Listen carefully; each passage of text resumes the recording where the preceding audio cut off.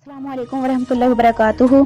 आज मैं आपके साथ सूरत इखलास के 10 ऐसे फ़वाइद शेयर करने जा रही हूँ जिसके करने से आपके हर एक सगीरा कबीरा गुनाह माफ़ हो जाएंगे। आप इस तरह हो जाएंगे कि जैसे अभी अभी अपने माँ के पेट से पैदा होकर आए हों। सुबहान अल्लाह। सूरत इखलास कुरान पाक की आखिरी पारा में है। सूरत इखलास में मेरे परवरदिगार ने अपनी ज़ात पाक मुबारका का तारुफ करवाया है।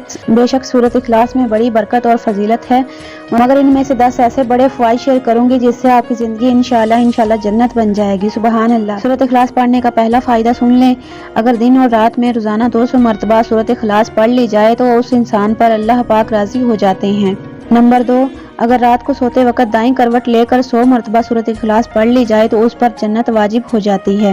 नंबर 3, अगर रोज़ाना 1 मरतबा सूरत इखलास के साथ सूरत फातिहा पढ़ ली जाए तो उस घर में खैर और बरकत आती है और रिज़्क़ में इजाफा होता है। नंबर 4, अगर घर में दाखिल होते वक्त 100 मरतबा सूरत इखलास पढ़ ली जाए तो उस घर में गुरबती और तंगदस्ती ख़त्म हो जाती है। नंबर 5, अगर रोज़ाना घर में 100 मरतबा सूरत इखलास पढ़ ली जाए तो अल्लाह ताला उसके 25 साल के गुनाह माफ़ फरमा देते हैं। नंबर 6, अगर रोज़ाना 200 मरतबा सूरत इखलास पढ़ ली जाए तो रोज़ाना 1500 नेकियां मिलती हैं और पिछले 50 साल के गुनाह माफ़ हो जाते हैं।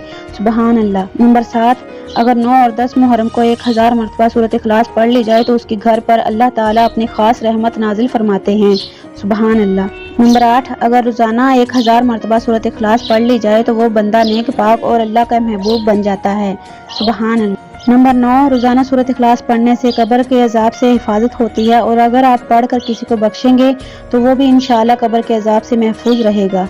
और नंबर 10, रोज़ाना 3 मरतबा सूरत इखलास पढ़ने से एक कुरान पाक पढ़ने का सवाब मिलता है। तो ये थे सूरत इखलास के 10 बड़े फ़ायदे। अल्लाह पाक हम सबको इन पर अमल करने की तौफीक अता फरमाए, आमीन।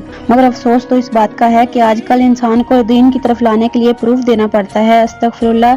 अगर मेरी कोई भी ये वीडियो देख रहा है तो मेरी उससे गुजारिश है कि दीन की तरफ ज़्यादा और दुनियावी चीज़ों के पीछे कम जाएं, क्योंकि मेरे परवरदिगार ने पता नहीं हमें कितनी ज़िंदगी बख्शी है।